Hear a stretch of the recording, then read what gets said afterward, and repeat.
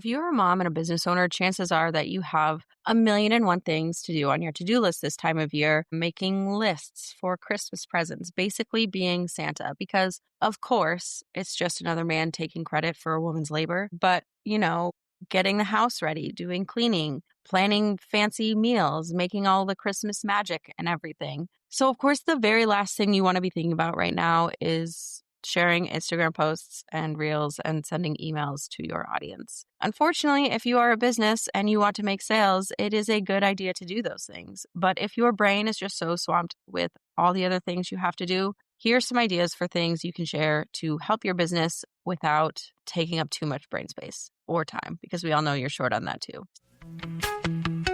Welcome to Mompreneur Mastery. I'm your host, Sydney O'Brien, an Instagram strategist turned content and messaging strategist after watching the online space get louder, buyers take longer, and content turn into a performance instead of real connection.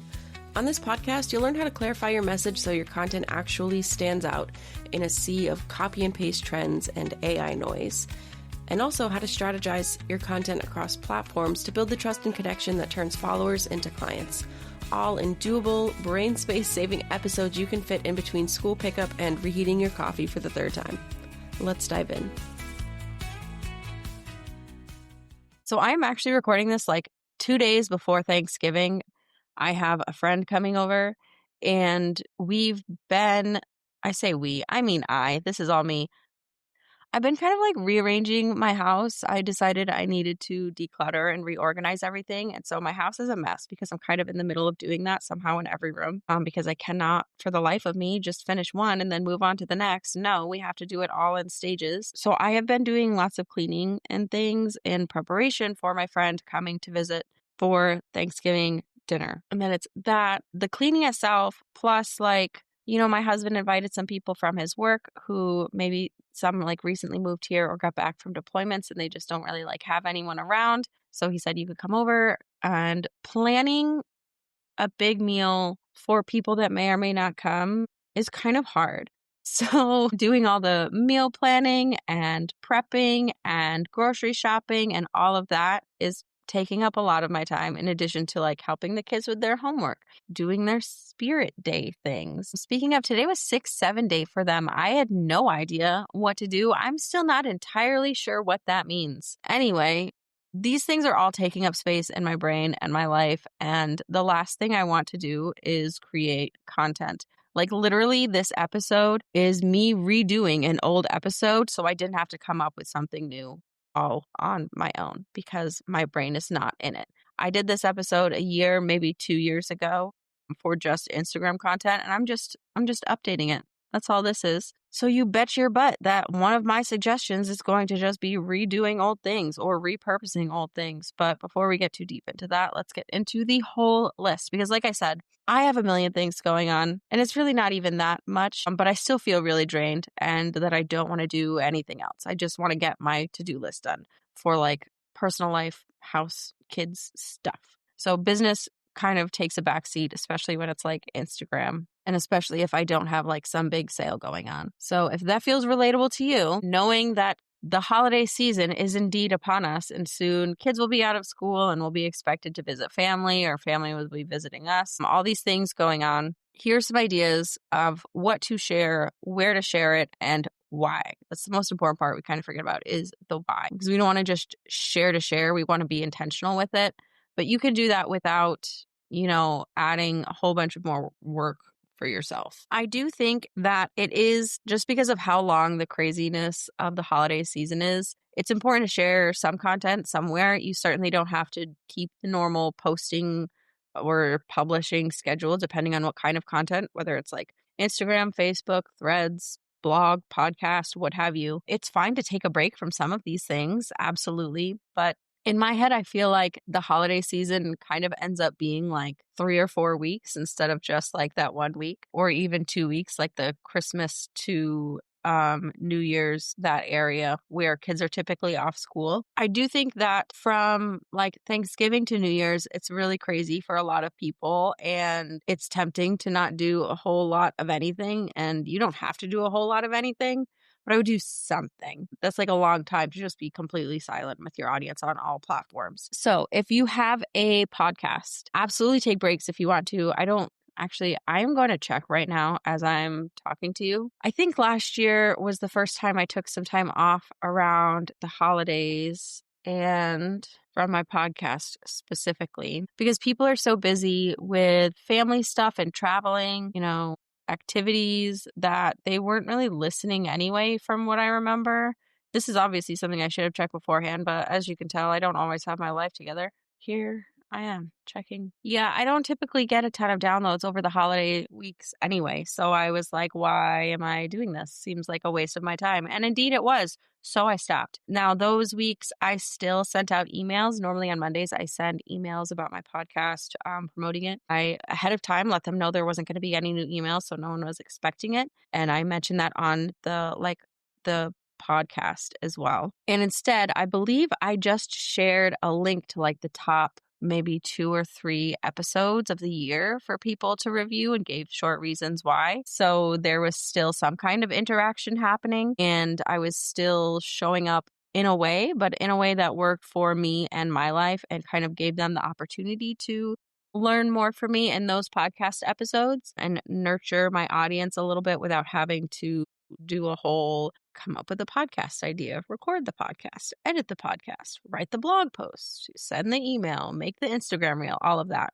That was already done. So if you have a podcast, highly recommend doing that. You could do something similar with a blog if you want. If you normally share blogs in your newsletters, just let them know you're taking time off and maybe do something that might be timely or relevant or share a favorite of yours or a favorite of theirs, an old piece of content. Now, another option like I'm doing right now is update an old piece of content. Like I said, this then is from 2 years ago that performed really well. I got lots of downloads. I was still getting downloads, but it's not quite in line with what I do anymore. That was all Instagram. And of course, Instagram has changed a lot in the last 2 years. So the content isn't super helpful, not as helpful as it could be because, Instagram has changed and my business has changed. And so I am redoing it right now, more about multi platform marketing instead of Instagram specific. But the same general idea of what to share during the busy holiday season is still very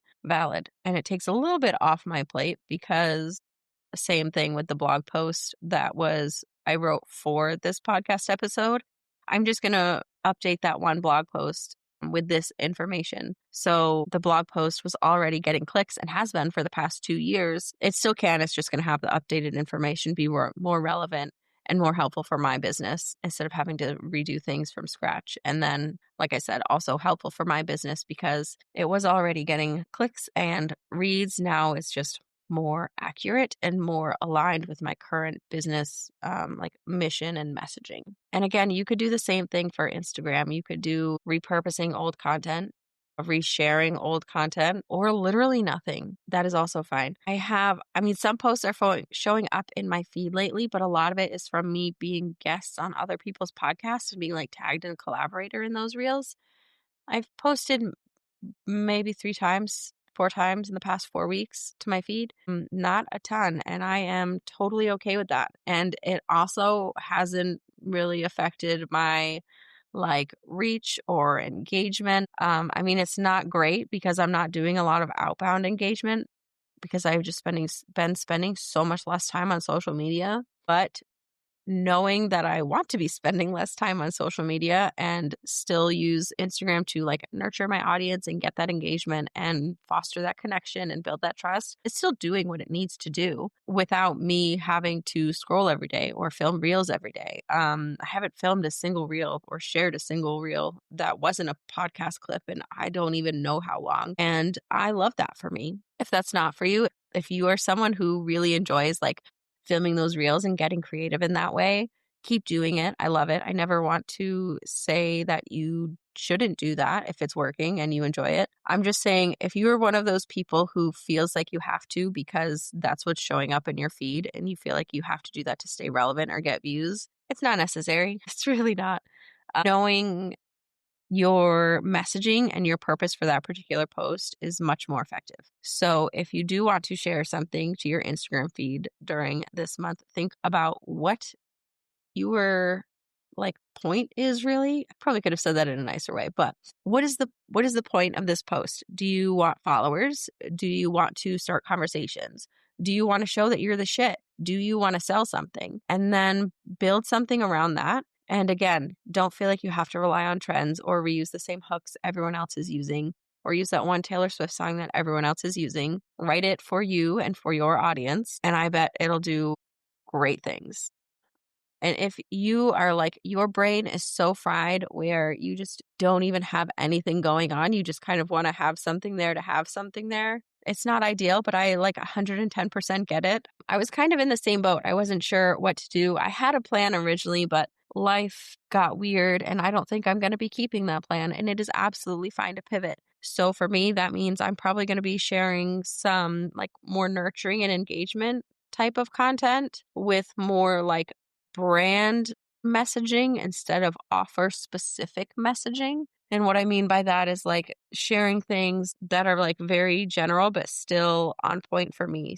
Talking about, the trust recession, things I have been talking about, not relying too much on AI, planning with a purpose, posting with a purpose, all of these things, but not tying it to any specific offer, right? Because if I were going to promote like my membership, which is very much like a done with you kind of service, it would be different messaging than if I were tying it to like my content plans, which is a done for you service. So I'm going to keep it very general so that when I do figure out what my next step is, it's still going to apply. It'll still be relevant and I will still be nurturing people towards that. And even if you are selling, a couple episodes back, I think it was episode 115, shared how I, was making sales without posting to Instagram. I'm a content strategist who did not post any content like publicly to my Instagram feed for 2 whole weeks, and I still was making sales. So that episode talks about how to do that if that isn't your plan. But mostly just like work on your emails, have a plan for those and schedule them ahead of time. And that is very helpful. So whatever your plan is, or if you're still coming up with a plan, like I said, first think about what you need to focus on for your business. Is it growth? Is it like getting engagement and nurturing? Is it building connection and trust? Is it actually selling?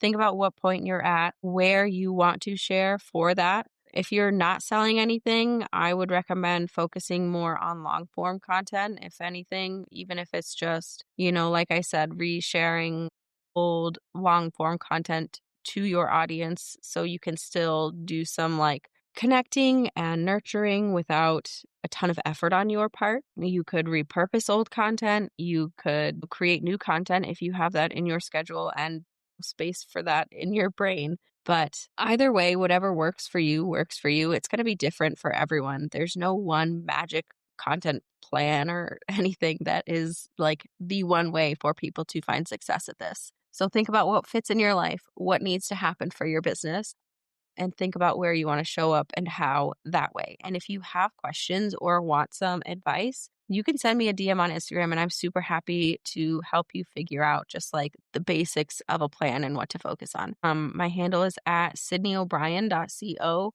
SydneyObrien.co. I did not realize that that was like such a hard thing for people to spell until recently. People would put O'Brien and would say they weren't sure why I wasn't there, but yes, it's O'Brien, Obrien, and Sydney like the city in Australia, or like P. Sherman 42 Wallaby Way, Sydney. That's me. And if after listening to this, you think you need more support than a DM can give, you're more than welcome to join the Content to Clients Club. That's the membership where I do kind of work on this with you every month, not even just the planning, but the planning, the messaging, the strategy of what to post and when and where, and then even the creation of the content itself, helping you create it, giving you feedback on what you have, all of that. I'll put a link to that in the show notes. And if you're not ready or not able for a paid support in that, you can check out the Buyer Journey Content Map in the show notes. It's free.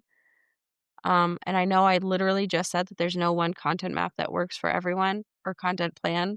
This is not a full content plan. I want to be very clear. This is just like an example of what one might look like. So take what works and leave what doesn't. Okay. I'm not saying you have to do every single one of these if you are going to be successful. It's just an example. Everything is going to be like things are going to look different for different people's businesses and different people's lives. But that is always there for you if you need just a little bit of help or some examples of where to get started. I hope you have as stress-free a holiday season as possible and that your kids eat whatever fancy meal that you make or buy. Okay, catch you next time. That's it for this episode of Mompreneur Mastery. If you're building a business around your life, not the other way around, and you're tired of being told to hustle harder to make sales when you're already hustling at 110%, I hope this gave you a breath of fresh air. And if it did, I would love it if you left a quick review or shared this with another mom entrepreneur who is ready to market with more strategy and way less stress. And if you want to see what a cohesive content map across multiple platforms with strategic messaging looks like, check out the link in the show notes to grab your free copy of the Buyer Journey Content Map. I'll see you next time.